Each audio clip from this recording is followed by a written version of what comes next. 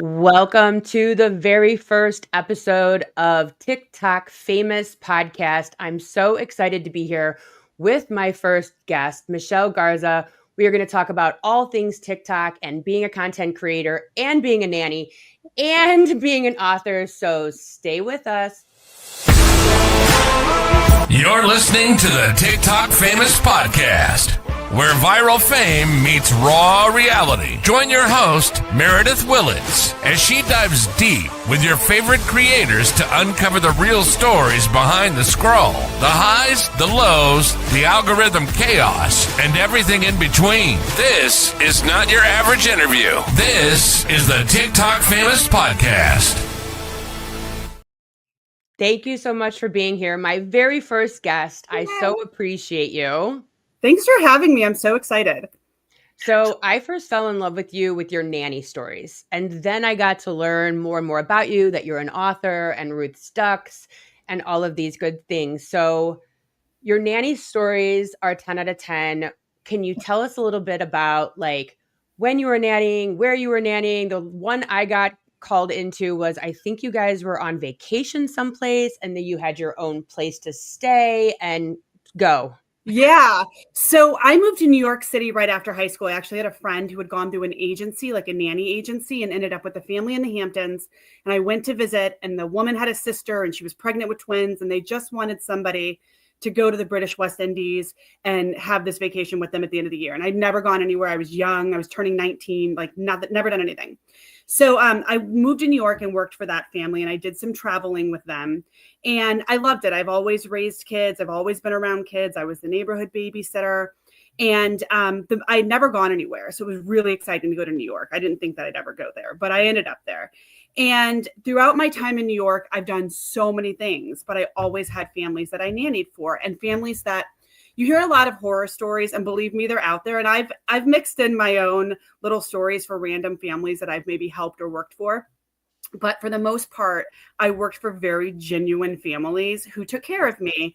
And that doesn't mean that there wasn't stress or conflict between our relationships, because nothing's perfect, especially as I've lived with families, which you have a whole nother human in your house. And some of these I can't even, I mean, my cleaning lady sometimes comes, I'm just like, I don't know where to sit. I feel like I'm in the way in my own house. It's very weird to have someone like in your space, and I appreciate it. It's not that we don't, it's not that it's not appreciated, but it's still like, how do I interact? How do I go like wear a robe downstairs, have a cup of coffee, come home? You always kind of want to be forward facing, or like, I don't know, seem like you have your shit together. And like now you've got this person that's not leaving and you can't have your shit together 24/7. Oh yeah. I've seen everybody naked at one point or another. I mean, really, I have. It's one of those things. I actually once had this big mirror in my room and it fell, and I wasn't fully dressed, and my nanny mom had her mother was visiting, and we were getting dressed to go somewhere, and she heard it and she ran in, and she's in her bra and underwear and I'm in my bra and underwear, and she's trying to like help me out of it. And I'm like, I literally have seen everybody naked at this point. Oh my God. But yeah, very early on TikTok, I joined during the pandemic, like a lot of people. I didn't really have a public profile. I've always been a writer. I had a blog. I thought I don't know. I wasn't in the social world. And I saw a creator telling stories. And at that time, everybody was dancing and lip singing, and there were a lot of stitches and duets, which is different now. And part of that is because of the algorithm and how people make money. Because if you stitch content, no one wants to do that. Yeah. You don't get paid for it. Yeah. So, I saw a storyteller and I thought, I can do that. And I didn't have an audience. I was quietly, my marriage was about to end, and I wasn't talking about that. And it was the pandemic. We left New York, where I had lived for 20 years. We're in the suburbs of Chicago. I had a toddler. I had a sick dog, a younger dog. I had a lot of chaos in my life. I was injured. And so I just started at night when my daughter would go to bed, telling stories from my couch. And those nanny stories started to pick up. And then I kind of panicked with my first viral story, because my nanny families have been really kind to me, and I didn't want to dox anybody. So I reached out, and I don't think they really understood what was happening. They're like, oh, it's fine, just don't use our names. And then I was like, who's going to see it? Just a few folks. I'm like, And then I followed back up, and because they're not on social media really, and Right. I was like, I want to be transparent. It's kind of taking off, and they were Yeah. like, don't use our names. Like, who cares? Like, whatever. So I was really lucky in that sense. And then, and then I kind of transitioned because I only have so many nanny stories. And then that's how it kind of transitioned into talking about other things throughout time. Yeah. So I just have this, I don't know, I'm Gen X. So we were kind of like locked out of the house for hours at a time, kind of the way we were raised. And I think that there is a part of so many of us that are creators, not necessarily influencers, meaning we're not trying to sell something necessarily. I'm not trying to influence you to buy something. Just the folks that come on to TikTok, come on to social media to share. And we're sharing because we want to change minds, we want to help, we want to, I Connect don't with know, other people. yeah, just interact, right? And I think that there's a part of us that maybe we weren't listened to, maybe we weren't heard. And so there's this place that we could go on and open up our phones and people have to listen. Like even if they don't have to listen, there's a part of us that it's living out there in infamy that it's held, this content is held, right? And we got to put it out there. Are you one of those people? Because I will literally tell my husband, if you want to know who I am, go watch my TikTok or go watch my social media, Oh, because it's yeah. easier for me to share here than it is to like share in real life. I'm And so kind of is the there a part of opposite. you? I'm like, don't find me on. I feel like I'm good in person, and when I tell a story, sometimes I'm like pleased with myself, and then I can't watch it again. And I never understood growing up hearing interviews where people would say, "Oh, I don't watch the movies I'm in." I'm like, how? What? And I kind of get it because I will watch one TikTok that I've posted for a while, and then I won't post it again. I think that in this conversation we have to talk about the algorithm because I think, and with everything going on with if they're going to sell the algorithm, if they're going to sell the app, what's going to happen, the algorithm has a way of finding the people that are interested in the content. So Yeah. exactly what you're saying. I think that you find other people who have shared experiences. I think that's what's incredible.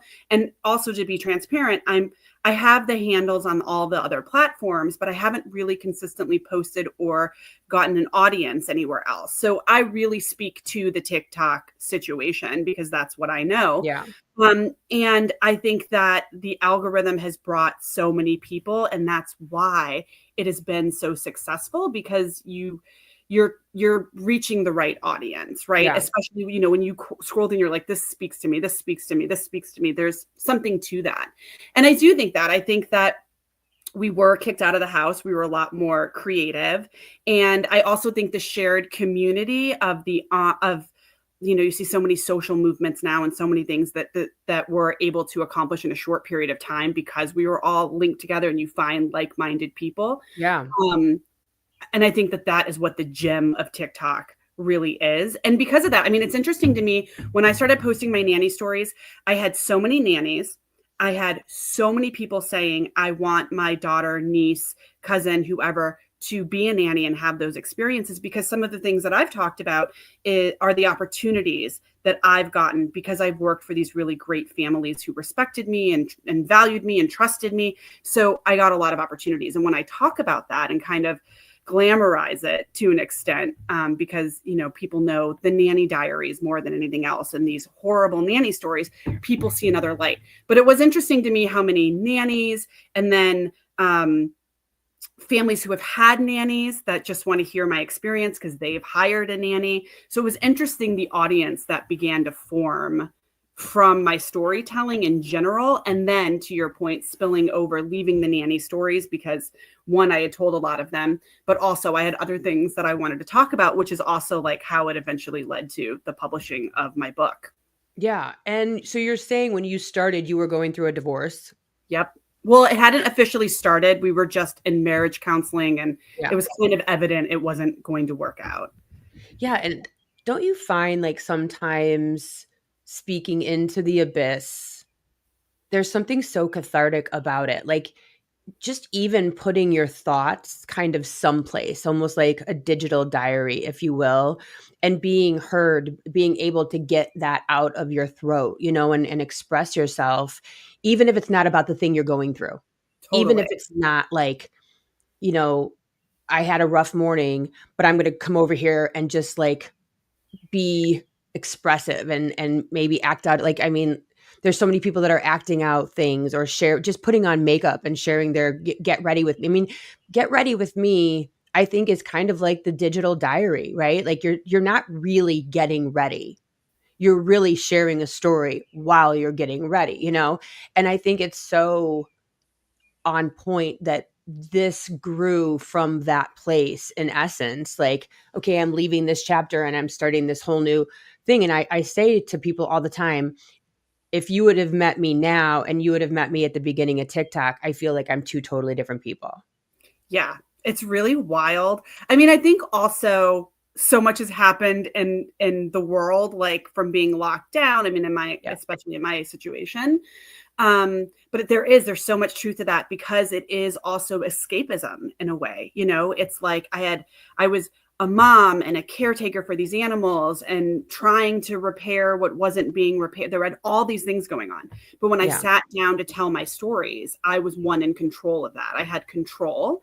And two, and I know that it's not like this for everybody, but in the spirit of what this show is about, if you do find an audience, and it doesn't even have to be, you know, I'm lucky enough that I have a big following that doesn't always equate to views, but it does equate to a lot of support. I have a lot of people that have been supporting me from the very beginning. I have a lot of people that are I say they're like the hardcore locked in, and that audience is much smaller than what Yeah. you would see if you went to my profile, but that it is a form of support. And so that escapism, and this is also where it got a little tricky for me because I don't know if you feel this way.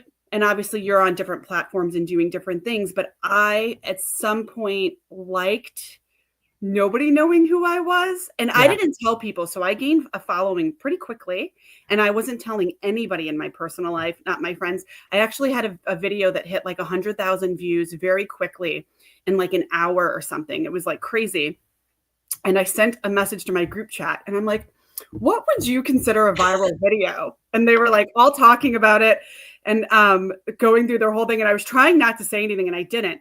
And then I actually got covered somewhere. Somebody, it was a Inside Edition or something. I don't remember. Something or reposted, something happened and people in my real life started seeing it. And people were like, wait a minute. Oh And I my think at God. that point I had like told my mom because I was approaching like 40,000 followers and my mom, that's the size of Wrigley Stadium, Wrigley Field, Yep. and Yep. the Cubs. And my mom was like, "That's like Wrigley Stadium," and I was like, Aw. "Oh, that's crazy." But then sometimes when I'm conscious of who is looking, or people will comment, "Oh, I saw this," or sometimes people in my community will recognize me. That is the introvert moment where I'm like, "Oh no, I forget that people are actually watching," and I don't know what Yeah. that is. Like, I'm not like, do you watch my TikTok? Do you watch my TikTok? People want my number. And I'm like, oh, if they're on TikTok, it's going to say, you might know this person, like from your Right. contacts. I was Right. like, you just email. It's a really unique, weird experience in a lot of ways. And I'm grateful for it. Like, it's not that I would change it, but I don't know. It's like a love, not hate relationship, but I don't know. It has its days, I guess. Yeah, like, that's such a great segue to, have you had any of those days where you're like, just the wrong comment kicked you in the teeth, or trolls, bots, or you got yourself into a pickle? I got myself into a pickle one time, and it was a rough 2 months because I got myself into a kerfluffle. And it was bad. I mean, I had people coming after me. I had to contact the other creator. I was like, dude, you have to call off the dogs. Like, this is really affecting my mental and physical health. And I put myself there, but it was still like one of those unintentional comments that just go south fast. Have you gotten either to the place where you're like, I'm done putting stuff out there because it's not hitting? Because people don't even realize, like, you could put out the best video of your life and it doesn't go anywhere, and you're like, what? I'm done. This is like, have you gotten yourself there? Yeah. So a couple of things come to mind right away. And this, I want to just take a moment to say that this, I think, is also really important when you think about kids that want to create content and shielding them, because I am a grown person with a therapist and I think a pretty good head on my shoulders. And these things really can affect you. And you see the biggest, most stable creators who have gone through this. I mean, if you look at any big creator, they really have. I have those moments sometimes. I've always been an oversharer. I probably have ADHD undiagnosed. I'm a tell it all. People meet me and it's a lot. Okay, this is how I am in person. I'm like, let me tell you everything. I don't hold back very often. But also I think they say that's because we weren't listened to, by the way. I think, okay, my mom's probably going to watch this. But yes, I do think that has something to do with it. And I also speak quickly. And I think one, it's because of how fast my brain goes. And also then people can't cut me off. I'm like, let me just finish what I have to say because I have all these thoughts. I've had a couple of things. And, there was one really scary situation where it was one of those days. And so some guy was trolling. I don't even think it was my video. I don't remember. And I have a primarily female audience. I do have some male followers. And there are times where I've put out contents and guys have said something and then more men come in and sometimes there's been a thing. And this might've been that situation, but it was somebody. And I literally said like, cool profile picture with your beer. He was like holding up his beer. And it was a cheap shot. It was just an offhand remark. And there was other stuff in my life. I was telling and I don't know why I never engaged like that. Right. Digital. He, sent me a bunch of crazy messages. He, basically telling me to unalive myself. He said that he knew where I lived. He was going to come find me. He started a website that was my name is a blank.com. I had to report him. I panicked. And at that point, my friends did know what was going on. And they were like, that was really dumb. You have to be careful. And it was something fairly simple, like cool profile picture, like your beer or whatever. It just set him off. So that was like a very eye-opening experience for me. Luckily, I blocked him. It got shut down. Like I reported him. So that in itself is like one of those moments. Yeah. But I did have to go to the police. It didn't get to that point. Everything went away. And I did some research and I found some stuff. He wasn't local to me. Like I was able to kind of do enough to think that he was just scaring me. But it was very scary. I mean, the whole thing was wrapped up within like maybe 48 hours, 24 hours, but thought and the lingering of it. Right. Yeah. But separately, I had a situation, and looking back, I can understand the other creator's point of view, but so I have two channels on TikTok. So I have my primary one, which is the Garza, where I tell all the stories, but then I was going to do this whole Best Loved Nanny podcast because that's what I call myself, the Best Loved Nanny. And I was working on some content, which I hope to bring back. So I started a separate TikTok channel that's called the Best Loved Nanny, which has like 30,000 followers, or did at one point. I don't use it as often. In doing that, I had a lot of nannies following me and I was getting tagged in this video of this young nanny.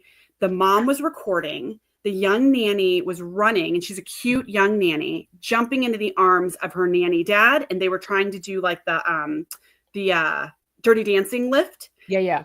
She's laughing and the mom is laughing. They're all having a great time about it. And somebody tagged me and said, what are your thoughts on this? Now, the initial reaction from the nanny community is that there are a lot of assumptions that nannies and dads and having this young hot nanny in your house, and we have to deal with that over and over and over. And most nannies are super professional. I'm not saying that doesn't happen. I've told stories of things that I've seen that are inappropriate, but that was never my case. And it upsets nannies because it's a reputation, it's a stereotype that we have to constantly fight and talk about. We're tired of people saying, you're a nanny, oh, you hook up with the dad. And so that was kind of where I was going to go with it. I was heading to the beach. I had a whole day planned and I was like, oh, let me get a video done real quick. And I posted it and I said, what do you think of this? Like, look at this. And I stitched it. And the video was already going viral. But I definitely threw gas on that fire and it blew up. I posted it actually, and I went into a therapy session, the first post. And I came out and it had like almost 1 million views in like an hour. It was crazy. I looked at I was like, what is happening? This is insane. And just on my phone. So from that, I think it was the next morning, out of the pressure of what was happening, somebody had done like what is like a meme of it, like they had recreated it, Yeah. and people were talking about that, and I kind of got hopped up in this moment, and the mom still had the video up. She was starting to get heat. People were like, this is like a throuple. It really started to spiral. But the original content creator had it up. So in my mind, if you have it up, she was liking the comments. She was kind of eating up the attention. Okay. Yeah. So I posted something about the nanny, and here's her handle, and here's the thing, and have at it. And I meant the words "have at it" were really about Like have at it. not Go like after her. Yep. out.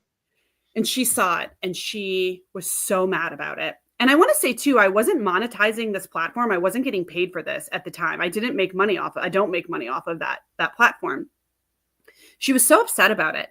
The mom ended up finding me, I think, on Instagram, and admitted, or maybe no, somebody else found me on Instagram. It was like, you're ruining this girl's life.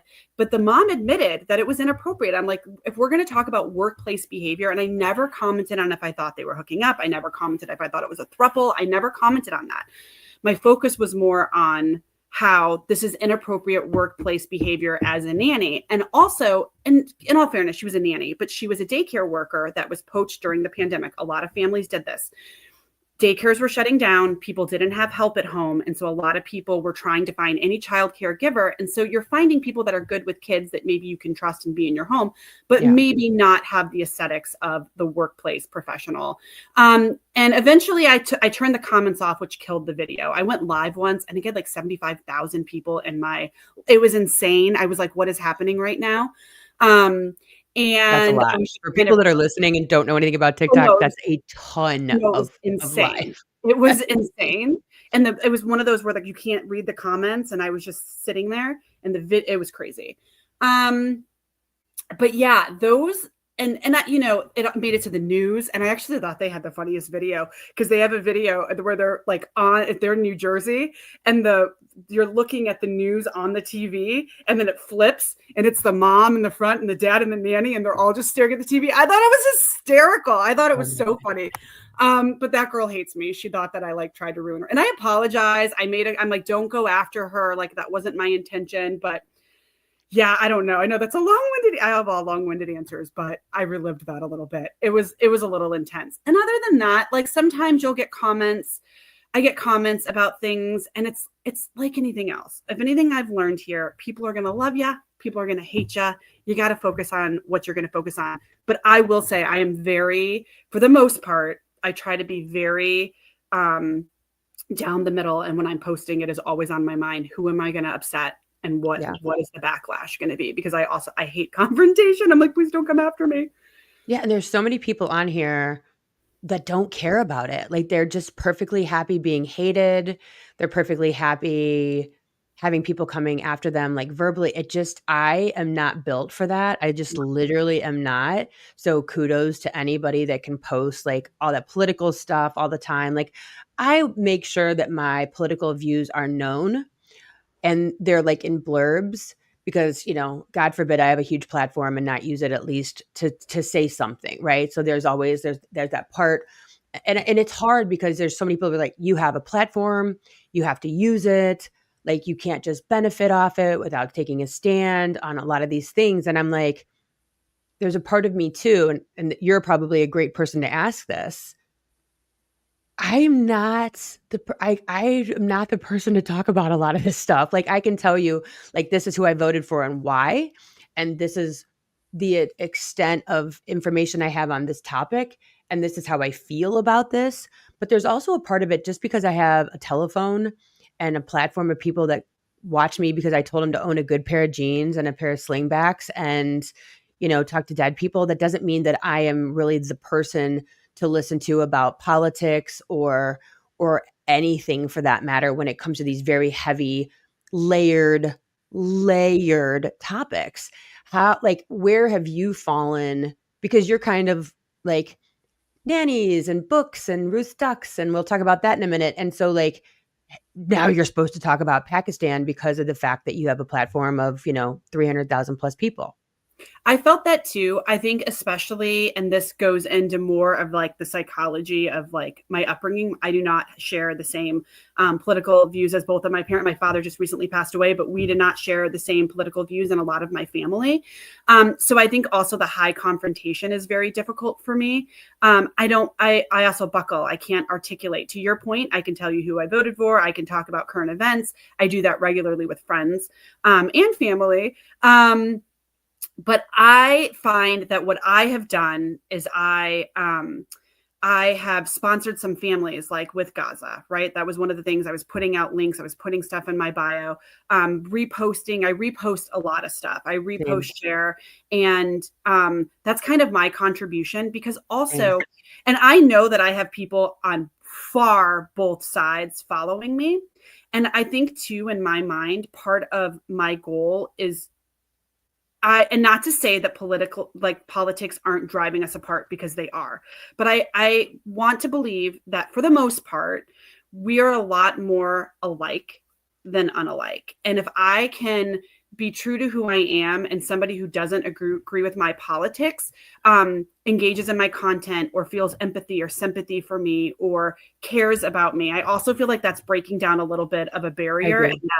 that, there might be a time and place to listen, but for the most part, we have to post. People, I appreciate people who post. We have to we can't stay silent on topics, but at the same time, there's a time and place for it. I'm not going to make as big of an impact, I think, on my community with my exact content, but I do reshare. I find other ways in activism Same. versus turning on a video and talking about it. And I have a little bit. And I think that a lot of people that feel that way want extremely big. I'm not really an influencer. Okay. I have a lot of influence over like my book and my storytelling and my videos go viral, but I don't know that I'm actually influencing anyone. And I think that there are creators that are really big influencers that really do make an impact that are in a different position. I don't know. And maybe I'm naive or taking the easy way out, but I do feel that way. I feel like me saying something might be very different than a creator with millions of followers that have an actual influence on people. Yeah, I If that think our being articulate about the topic is super important, and I also think that sometimes it's like if you went to turn on the, as we would call them, the Saturday morning cartoons, and there's politics on there, like, some people just need to check out of those things, and I think sometimes your page and pages like yours, which are light and people are going there for a reprieve, to escape the heaviness of the world. I was just talking to my sister before coming on here about like what we ingest 24/7 comes out our mouths to our children and to the world around us, and we cannot just inundate ourselves 24/7 with this poison, if you will. I mean, Aaron Parnas was just on the other day and he's like, I'm freaked out by how much I've aged in since I got on TikTok. And it's like, yeah, you like can this see stuff, it. yeah, Yeah. we see it and it physically affects us, and I think that there has to be pages, there has to be creators that everyone kind of goes, no, you're not supposed to. Like, you don't have to. Like, it's important that you don't.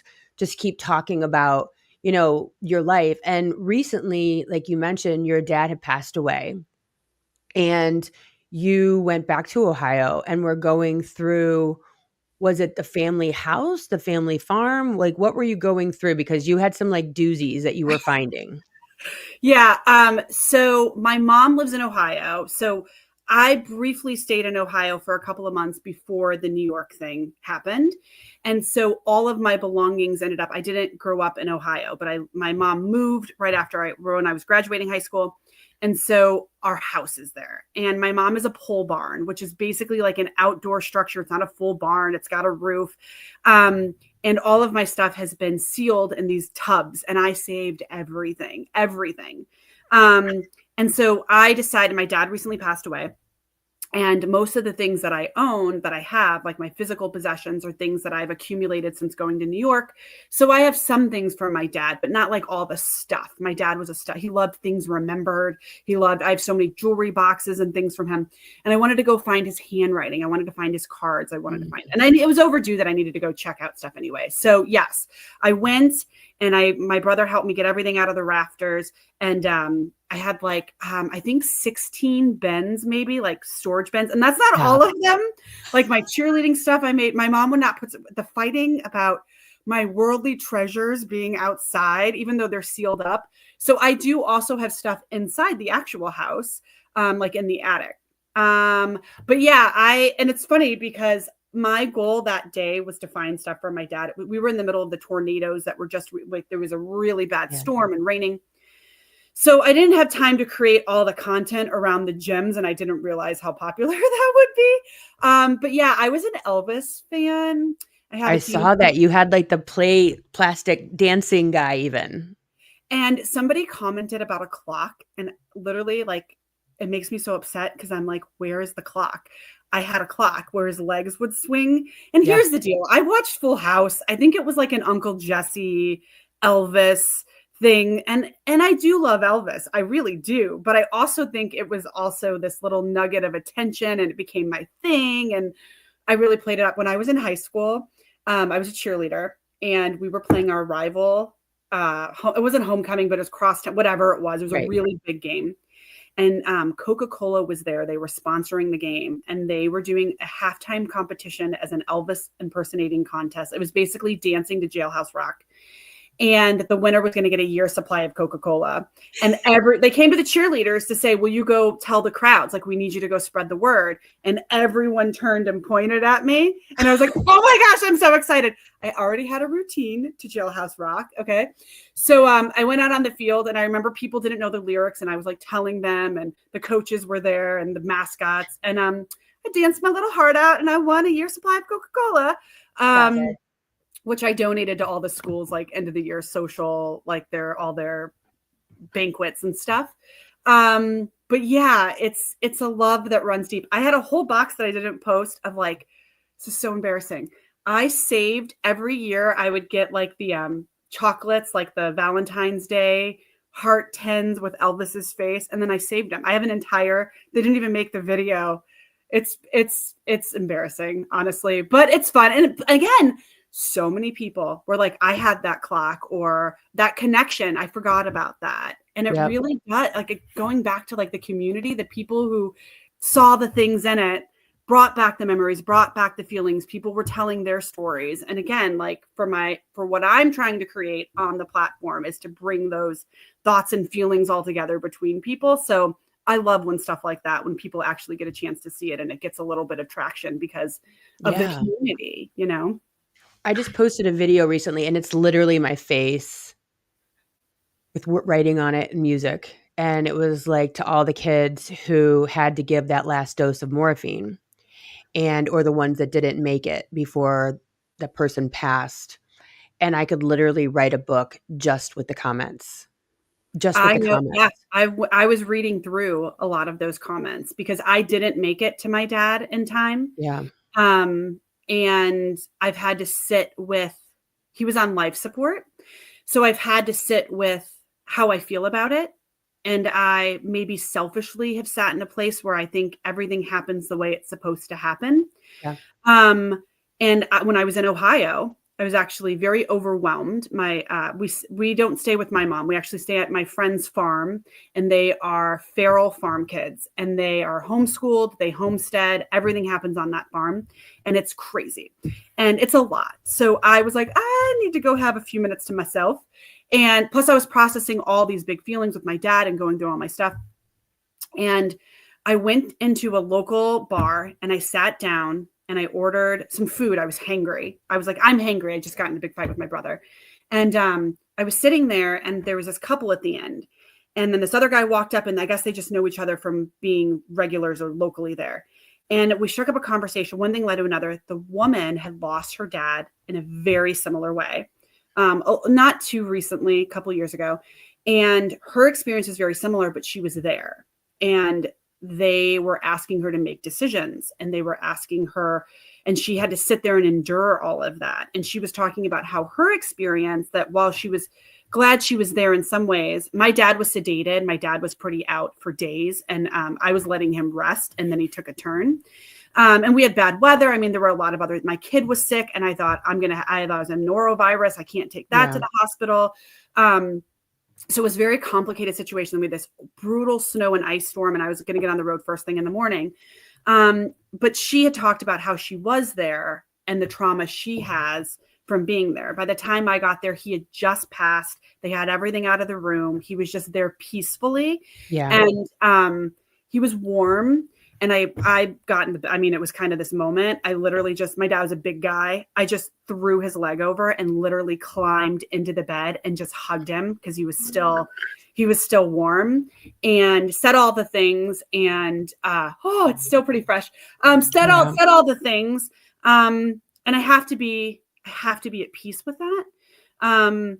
But hearing other people's stories, again, it's like, everybody has their own. Yes, I was there for him, but my trauma, the things that my memories and the things that I saw are so different than what other people saw. It's really, I love that you created that post, and I love that people commented, and that's the whole thing about TikTok, the comment section, right? It's like, comment section is life. I'm like, comment section, like, don't just watch the video, look at these, screenshot the comments, Yep. That's what it's all about.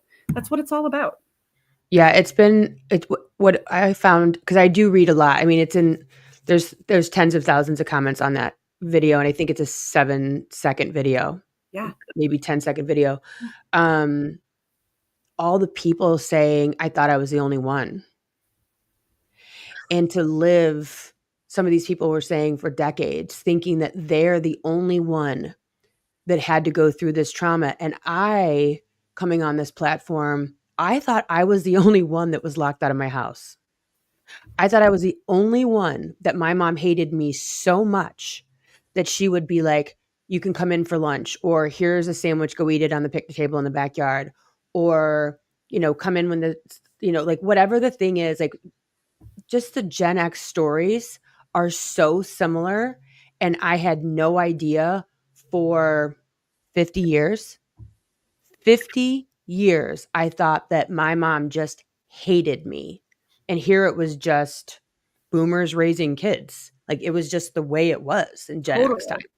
Yeah. I have a friend that I grew up with, and it's now that we're older and I'm back from New York because she's still here in the Midwest area. We've had some late night conversations about our childhood and how we perceived whose house and what, and things about her relationship with her parents that I would never have guessed. And I'm not going to leave those details out because I don't, but some of the details, especially like with her mom, that I viewed her mom so differently, and as like a grown up, not that she couldn't be trusted, but to hear what was happening behind closed doors, even then you're so little. And now, and this is my, I think with social media, and as much as I don't think that kids, especially young kids, should be on social media, understanding the shared experience of things, especially as kids that get into high school and kids who do have maybe some kind of, with some kind of monitoring of it, that, especially in our day and age, parents didn't get a divorce. I didn't want to talk about that my parents didn't live together because I didn't know people. I remember the first kid that I knew also had parents that no longer lived together. And I was like, what? Oh my gosh, because that was so mortifying for me. But I think when we were growing up, there was a lot of shame and stigma around a lot of things that were happening as well. And so we weren't quick to go to school and tell people. I mean, I know that happens today too. But now, again, with the social media, I feel like the shared experience, people can really see that they're not alone. And I think that's like probably the biggest thing about it, is that like how many times you see a video and they're like, this is not an original experience. Like, oh my gosh, I thought I was the only one, or I've never had an original thought in my life. It's like the idea of The Secret, right? Where the thoughts are out there and they're going for everybody, and it's whoever picks it up. I had a video I didn't create, and it was so niche. And then one of my favorite creators made a video on it like a couple of days later. And I was like, I was literally about to make that exact video. And I really believe that. I don't know. I know I'm getting a little off. Well, I guess Prince was, I've talked about this on my other podcast, but I guess Prince was interviewed one time, and he was talking about how if he gets a song in his head, he would wake up at 3 o'clock in the morning to record it. And he would call everybody and be like, get in the studio. And when he was being interviewed, they were like, well, why do you do that? And he said, because I know that Michael Jackson is getting the exact same song. And it's whoever creates it first. Like it's literally, it's out in the stratosphere, and whoever grabs it first has it. And I believe that that is what happens with so many people. It's, are you willing to do it? Are you willing to write the book? Are you willing to make the speech or make the video? And so those that will get it, those that will do it, get the voice. Those that will do it, get the book deal, or whatever. And so I think it's so important that, and you hear the most talented and the most successful people say, put a book next to your bed, put a journal next to your bed. And when it happens, write it down. Like, even if it's scribble with your eyes shut, Wow. Write the thing down, because it's just transmuted energy into the collective, and whoever grabs it wins, so to speak, gets the song or the thing. So, going and talking about your book, because I don't want to not bring that up this morning. So you have this book called Ruth's Ducks. So tell everyone about it, because I think it's the most beautiful story, and you have your own website and everything. So please. Yeah. So Ruth's Ducks, which is behind me up here, is a true story. When I was a little girl, I received these wax ducks as a Christmas gift in a gift bag exchange at my church. And we didn't grow up with a lot of money, but I didn't know that. And I grew up in a community with kids, again, that I didn't really realize were going through a lot of the same things as my family. Anyway, one thing leads to another, and I end up with a pair of wax ducks. I exchanged gifts with this little girl, Ruth, who was homeschooled and kept to herself. They were in a ball of newspaper, and I was very disappointed about it. And so I had a bad attitude, got not in front of her, but when my mom picked me up, I'm like, this isn't a new toy. I brought a Lisa Frank art kit. I wanted my art kit. I was like, what is this? And so I threw the ducks away. My mom called me downstairs and said she was disappointed in my behavior, and that even though we didn't have much, there were people who had even less than us, and that Ruth's Ducks were going to be our reminder to be thankful for what we have, to remember people who have less than us. She explained that Ruth came from a big family with a bunch of siblings, and maybe they didn't have enough money for every kid to buy a new gift. And so she hung them on our Christmas tree as an ornament and a reminder. And I thought that was really dumb, because I was 8 and I had a lot of expectation around it was disappointing for me. They were a disappointment. You're a kid. Yep. Yeah. And so my mom would take them out every year and say, do you want to hang Ruth's Ducks on the Christmas tree? And every year I was like, no, throw them out, whatever. And then there was the year that we just really struggled financially. But my mom worked all the time. She was gone all the time. We talk about being locked out when we were latchkey kids. I was going home to an empty house with my snacks on the table, after school snacks, my mom's phone number, only call me at work if it's an emergency, because this is before cell phones and texting. And you'd call and be like, I talked to my mom, and they'd be like, what do you need?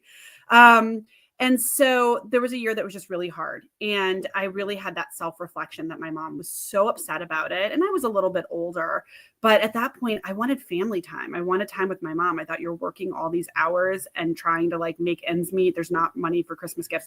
Anyway, that was the first time I hung Ruth's Ducks on our Christmas tree. It was very symbolic in our family. And my mom took the ducks. They didn't always live in this box, but they've really been through it. I mean, they're falling apart. So now they're in here to protect themselves. But my mom hung them in her kitchen, and they would just sit in her kitchen all year long.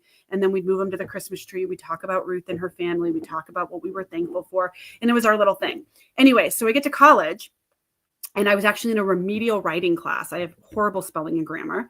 And I was in this remedial writing class, and I was given a prompt to write about a time a material possession had taught me a lesson. I just thought of the ducks, and I scribbled this little thing down. And I was dating somebody at the time who came home and read it. And he grew up with only child, everything you can imagine, country club lifestyle. And he was so moved by it, cried. He was like, this is a story. You're a writer. I was studying education at the time. I was going to be a kindergarten teacher. And he actually bought me writing classes at a local New York City, writing thing. It wasn't in school. It was a workshop. And I met some writers and some authors, and people were like, you have a voice, you should stick with it. So one thing led to another. I changed my major. I'm in a higher level of writing, and we get an assignment where we're elongating our writing. We're burrowing in, and she wants us to take something short and turn it into a full 10-page essay. like a personal narrative. And I was like, I'm going to grab the story, because I had at that point been sharing this 1-page thing with people, and I wrote it. And then I got workshopped. So I had to send it to everybody. We all sit around in my class. This is in my college class. And everybody has to say something. And people were really moved by it. And that was really the first time that it really resonated with me, how I could put my words on paper and reach people. And I wasn't even sure how much I could do that. So a lot of people loved it and said, you should do something with it. It's not a traditional children's book, though. It's long. It's 10 pages. At one point, one of my nanny families was like, you need to get an op-ed in the New York Times. And I'm like, I don't have the connections that you have. I can't just call people. I'm like, do you want to help me? So I've always just kind of kept it. Okay, so the TikTok thing, right? I'm telling all my stories. I'm doing all my stuff. So I went live one night, and I have this book it was from that class where we had to keep writing every day. And I turned mine into a journal, all these pieces of writing that I put together. And so I was reading it. And again, my marriage is dissolving. I've been a stay-at-home mom. I had been through the pandemic. All my connections are back in New York. I worked in marketing in New York. I worked in big publishing. I worked for one of the biggest fashion magazines in the world. Like, I have a lot of experience, a lot of connections in New York. And traditional publishing is hard, man, especially if you don't have a traditional story. Ruth Stuck's is not a traditional children's story.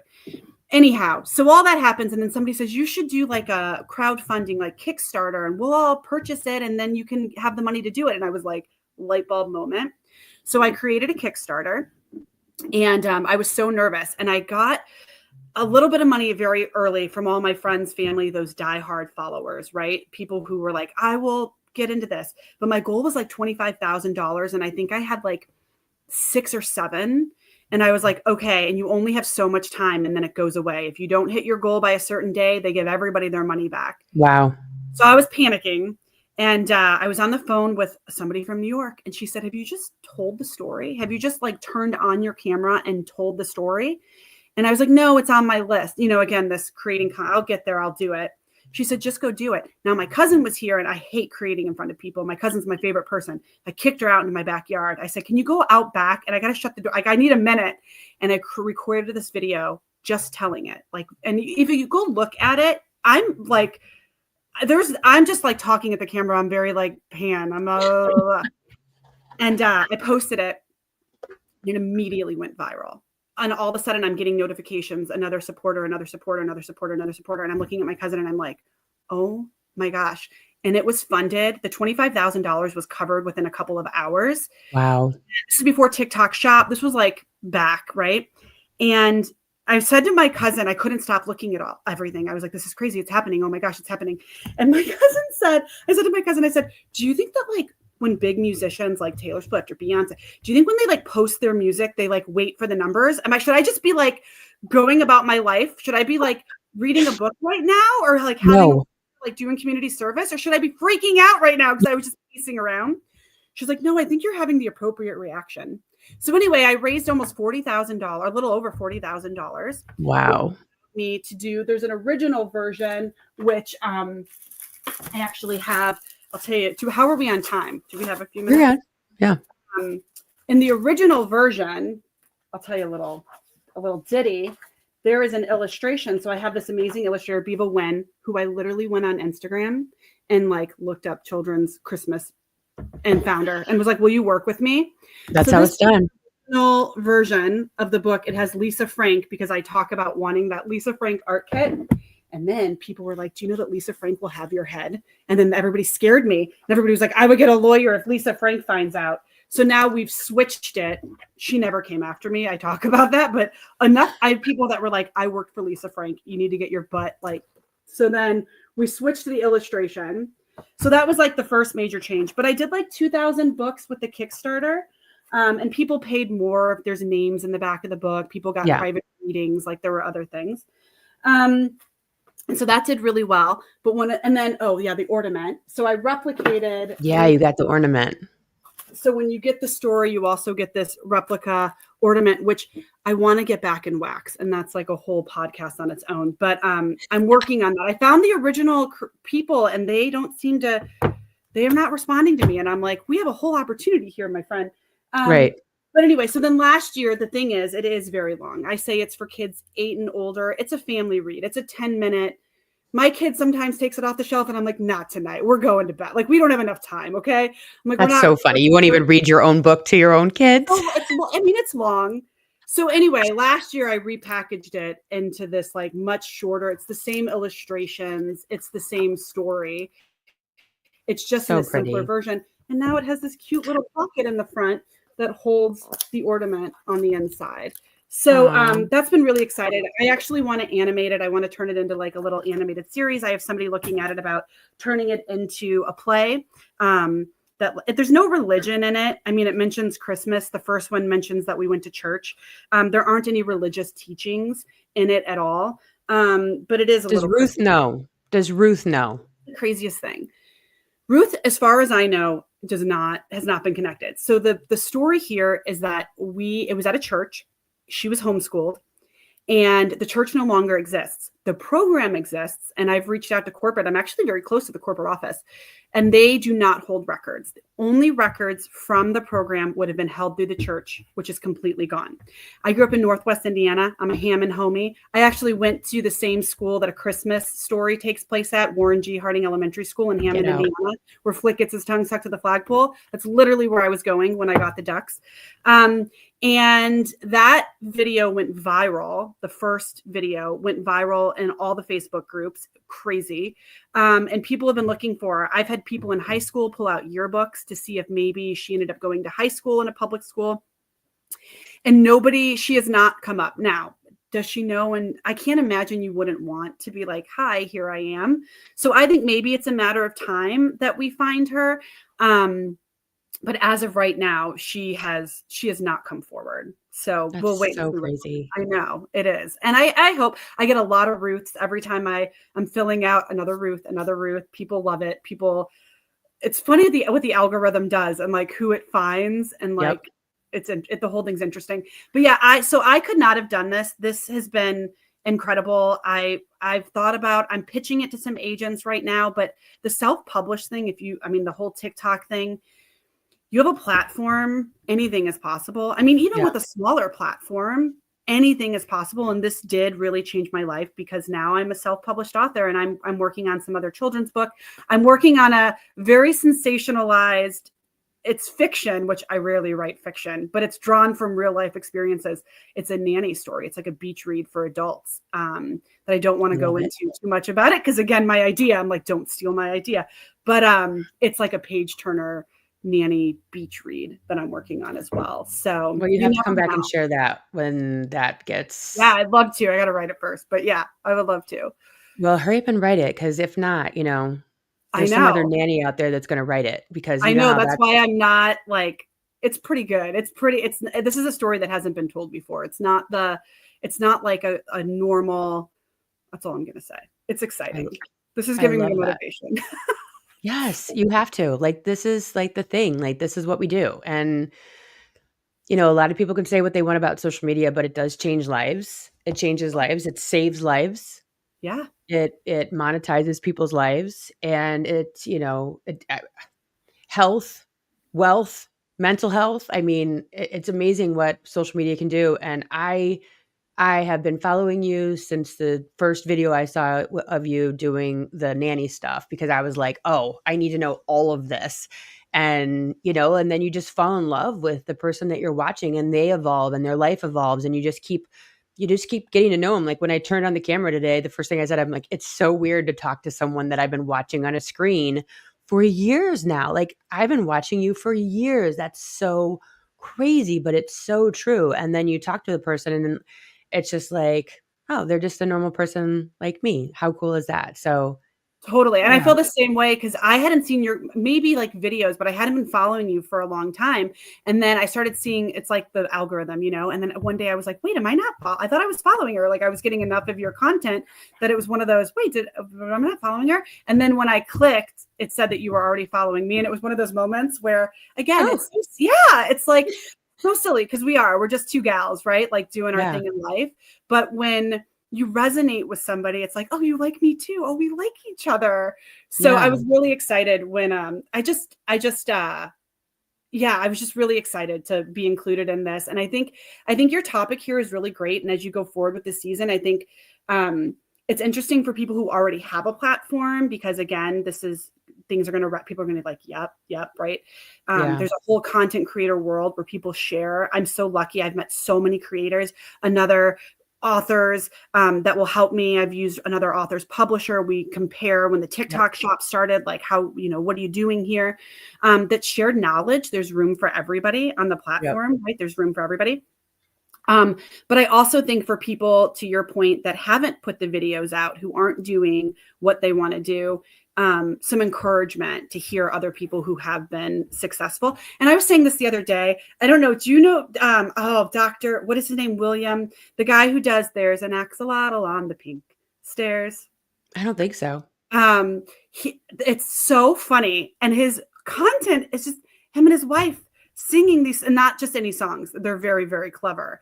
But it's like he's got this hippo, Drip the Hippo, and he's rapping. And I'm like, this is what you do. And people love it. Mike, I told it to my cousin, because my cousin's like so creative and a little quirky. And she's like, what? I could just be like playing with little dolls and writing stories. And I'm like, yes. Because there's just something to it. Like, you just got to put yourself out there. There's something for everyone. I promise. There's an ass for every seat. Put the positivity out there. Yes. So fun. Well, thank you so much for sharing. And I'm sorry for the loss of your dad. I know that's fresh. And, I know you shared in the comment section too. And, I circled back. And so, but thank you for sharing your life on social media. I know that you're making a difference in a lot of authors' lives, whether they realize it or whether you realize it or not. When we share, we inspire, whether we realize it or not. I get comments and messages from people all the time that are like, hey, you inspired me on this, or hey, you changed my life on that. Like, people don't realize how much their very presence of showing up vulnerably and authentically. So thank you, Michele, for showing up. Thank you for writing your book. It's a very important book. And that can be found where? So my website is ruthsducks.com. So Ruth is the little girl. So ruthsducks.com. Okay, so go out and get her book. It's a very important message. It's a very important book, especially in this day and age. So I will see everybody here next week with a very cool guest. Beauty Mark is going to be on next week. Michele Garza, thank you so much. And I'll see you guys later. Thanks, Michele. Thank you. Thanks for tuning in to the TikTok Famous Podcast with Meredith Willits. If you're loving the unfiltered stories and behind-the-scenes truths, be sure to subscribe, leave a review, and share the show. Until next time, let's get famous.